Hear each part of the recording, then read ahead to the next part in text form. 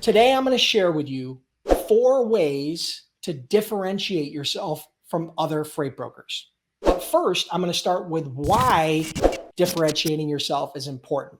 I'm going to start with a quote that I heard from Sally Hogshead years ago. And it's a quote that says, different is better than better.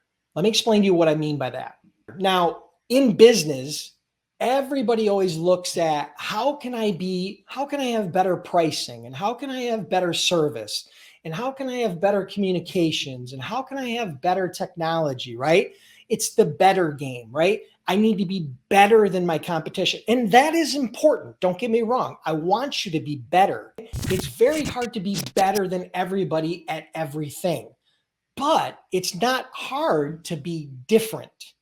And different is what allows you to stand out from the crowd. And that's really what you need as a freight broker.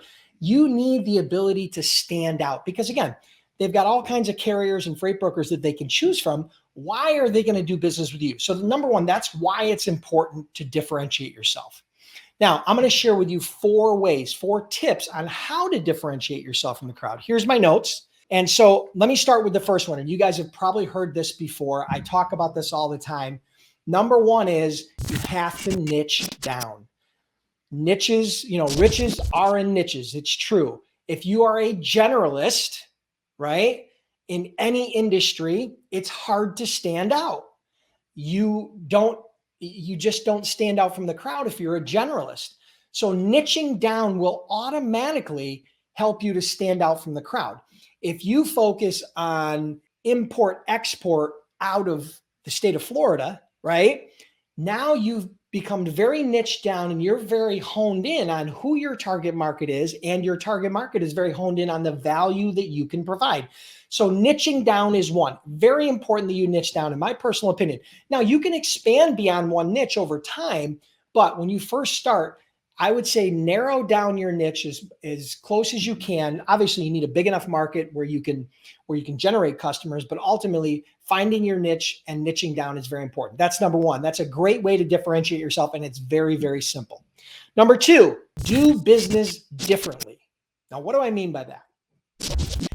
Not every business operates the same. If you were to look at your competitors and you were to look at their sales process and their customer service process and the technology that they have and the processes that they have within their organization, dealing with vendors, dealing with customers, dealing with employees. If you look at the inside of those businesses and you gather some sales intelligence about those companies, what you're going to find is that there are going to be gaps. There are going to be gaps where you can fit yourself in and differentiate yourself. Let me give you an example. Let's say that you're serving the Atlanta market. You're a freight broker. You're focusing on that local Atlanta market. And there's some other freight brokers that are also there. And they're also focused on that local market. I'm just giving you an example. And the way that their sales process works is they are a very high volume, smile and dial type of call center sales system where they take a one size fits all sales approach with some generic sales script. Very common in freight brokerage, okay? So you see that and you understand how they're selling, right? So their strategy is quantity over quality. Even though they would never admit that, that's the reality of what they're doing. So rather than one way to differentiate yourself, and this is just one simple way in a sales process, is rather than you doing smile and dial high volume cold calling, you might take a face-to-face approach. You might actually go out and visit those customers one-on-one. Now, that's a very different approach to getting customers than that competitor, right? So that's an example of how you can be different. That's just one simple example. It doesn't mean the service is considerably different. It doesn't even mean the pricing is considerably different. It just means that you found a gap and a way to differentiate yourself. And so that's a perfect example of how to be different, okay? And you can look at every component of a freight brokerage and you can find those distinctions and those gaps, all right? Number 3, be better at marketing. All right, so this is a weak point for most freight brokers, most logistics companies, even some of the larger companies out there. They're really lousy at marketing. So what do I mean by that? Marketing is all about creating awareness of your products and service and brand. And sales is all about converting that awareness into dollars, into customers, into orders, right? And so marketing is creating that awareness. So there are some examples of marketing that are very simple, very inexpensive, but very powerful. For example, you could start a podcast like this. This is basically a video show podcast, and you could use that as a way to market your service. You could start a YouTube channel. You could start a blog. You could start writing for different publications as a way to differentiate yourself than the competition. Because I can tell you that most freight brokers out there don't market their service, they only sell. You could also do paid advertising on Google or other platforms. So if you are a better marketer, you can sometimes get more customers than companies that have more experience and maybe even better pricing and service. Sometimes the better marketer is the person who wins the game, not always the best product, not always the best service, okay? And so you have to get better at marketing, and you have to invest in marketing in order to differentiate yourself. So there's a lot of ways to get better at marketing, but you have to invest your time and energy and skills, time and energy to learn and to develop and to launch those types of strategies and campaigns, okay? And number 4, this is a really important one. I want to distinguish between focusing on customer experience versus customer service. Okay, so you hear this term customer service all the time, right? No matter what, whether even before you were in business, customer service, customer service, customer service. And that is great. Don't get me wrong. Customer service is important. But I like to think about customer service at a higher level. I like to think about it as a customer experience. So rather than just servicing your customer and providing the value that you agreed to, which is critically important and very basic one-on-one business, what I want you to think about is how could you enhance the customer experience?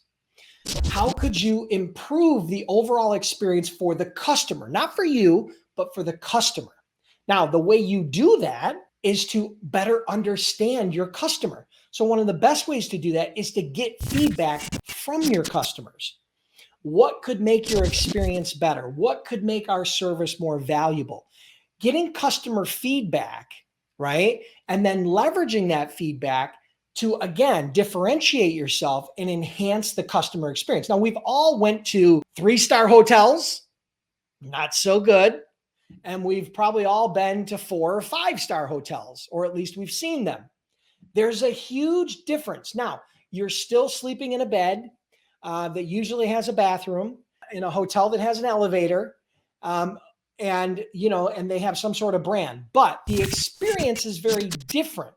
Like, for example, if you stay in the Holiday Inn in New York City, right, in Manhattan, versus if you stay in the Plaza Hotel or the St. Regis Hotel or any number of higher end hotels, the customer experience is going to be very, very different. Trust me. Okay.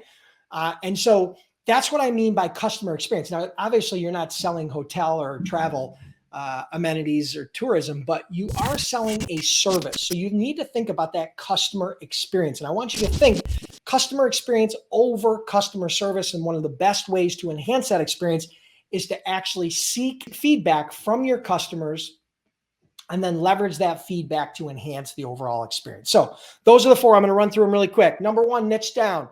Number 2, do business differently. Find the gaps.